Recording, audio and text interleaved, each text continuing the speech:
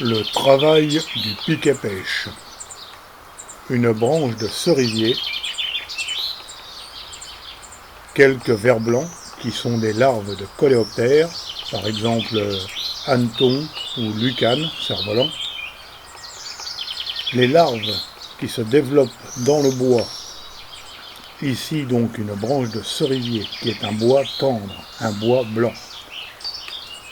Elles creusent facilement des galeries à l'intérieur du tronc ou de la branche et se développent ainsi jusqu'à l'âge adulte lorsqu'elles émergent de leur habitat qui leur sert en même temps de nourriture et de protection.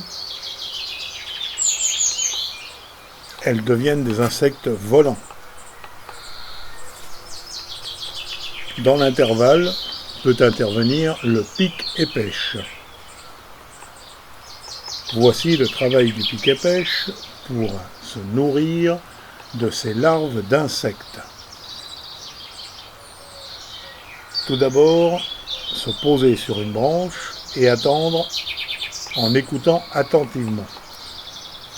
Les larves, en grattant le bois pour s'en nourrir, émettent un léger crissement qui est parfaitement perceptible pour le pic-et-pêche, qui n'attend que ça pour passer à l'action.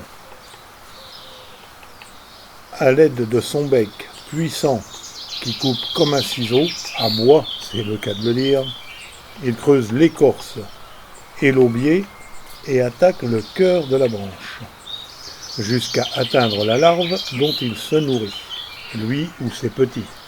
Il fore des trous par endroits distincts et écoute les réactions de la larve à l'intérieur de la branche, ce qui lui permet de la situer précisément. C'est pourquoi on voit des branches ou des troncs percés quasiment de part en part et d'autres petits trous qui les entourent. Les petits trous servent à émettre des vibrations qui font réagir la larve qui, en se déplaçant, émet un bruit caractéristique qui permet au pic-et-pêche de la situer précisément. Ensuite, ayant repéré l'endroit, il n'a plus qu'à percer la branche jusqu'à la galerie de l'insecte et, à l'aide de sa langue, de récupérer la larve pour s'en nourrir.